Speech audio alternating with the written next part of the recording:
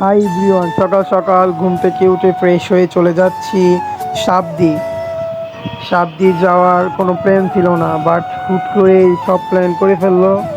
সকাল সকাল সবাই মিলে সাবদি যাচ্ছি। আর প্ল্যানটা ছিল এক্স্যাক্টলি মুন্নার। সে আন্টিকে বলতেছে যে চলো আন্টি, আজকে আমরা সবাই মিলে সাবদি ঘুরে আসি, কারণ কাজেনটির বিয়ে, কাজেনটাও যেহেতু চলে এসেছে, তো চলো আমরা সবাই মিলে যাই।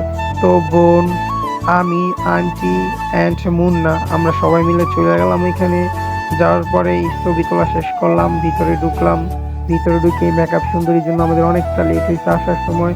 তো ওইখানে এসে আমরা চিড়িয়াখানার মতোই দেখতেছিলাম যে একটা বিশাল আকারের একটা করছে, ওইটার ভিতরে হচ্ছে আপনার অনেকগুলা খরগোশ। ইভেন্ট খরগোশগুলো দেখতে এত অ্যামেজিং ছিল যা বলার মতো না।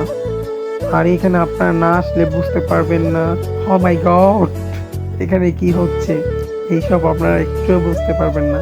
মানে এদের ভিতরে যে এত মানে ইন্টারেস্টিং ভিডিও যে আসছে যা বলার মতো।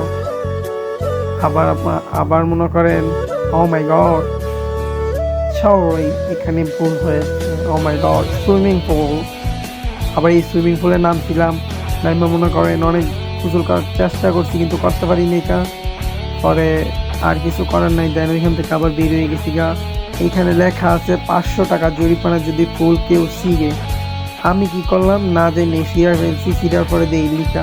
এখন বলতেছি যে আম্মু আমি এটাতে কাজ করে ফেলছি, এমন তো এটা বলায় রাখছি, পরে কাজ দিয়ে আমার কাছে এখন আমি দিয়ে দিলাম। পরে এখন আর কিছু করার নাই, যেহেতু পড়ায় দিয়েছি এখন আর কেউ কিছু বলতেও পারবো না। তারপরে আমি ঘোড়ার উপরে, সরি সিংহের উপরে সব বসলাম আর ছোটটার বললাম যে নিয়ে তুই ভিডিও করতে থাক। হয় পুরোটা ভিডিও করার, আমি কি সুন্দর সুন্দর আফা, কিউট কিউট আফাকে দেখতেছিলাম, সবই সুন্দর, যে দিয়েছে এদিকে সুন্দরী সুন্দরী মায়াগিরি, কি যা বলার মতো না। আমেরও গার্লফ্রেন্ড প্রেমিকা যারে ফান হারে লইয়ে যায়েন। আর আমি তো বরিশালে তাইছিলাম, এর লিগে আমি বরিশালা মনে তো, এর লিগে আর কিছু করার মতো নাই। আর এই যেন আমি মানে পানি চাইতেছিলাম, অমৃত পানি। আর এই যে এখানে সুন্দরী আপাগুলো ছবি তুললাম, তুলতাছি।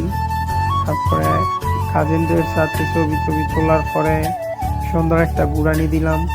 আর জায়গাটাও বেশ আমেজিং ছিল যা বলার মতো না। এখানে সবই আপনার পাবেন, যারা যারা দূর থেকে আসেন তাদেরকে লোকেশনটা বলে দিচ্ছে। এটা হচ্ছে নারায়ণগঞ্জ সোনারগাঁয়ের সাবদ্বীপ পার্ক বালুচর। আর এখানে অনেক সুন্দর সুন্দর জিনিস আছে বাচ্চাদের জন্য, আরো ভালো বাচ্চাদের জন্য খেলনা আছে, অনেক রকমের জিনিসপত্র ভিতরে। আর আমরা যেহেতু লেট করে গেছিলাম বিকালের ওয়েদারে, আমরা সন্ধ্যার ওয়েদারটা দেখা, তারপরে একটা ব্রেক নিয়ে ফুচকা খেতে চলে আসলাম। দেন ফুচকাতে এত পরিমাণে জাল দিছিল যা বলার মতো না।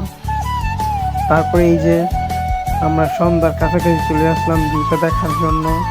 এখন আমরা এই সন্ধ্যার ভিউটা দেখে মানে বাসায় যাওয়ার জন্য এত তাড়া দিচ্ছিল কি বলার মতো না।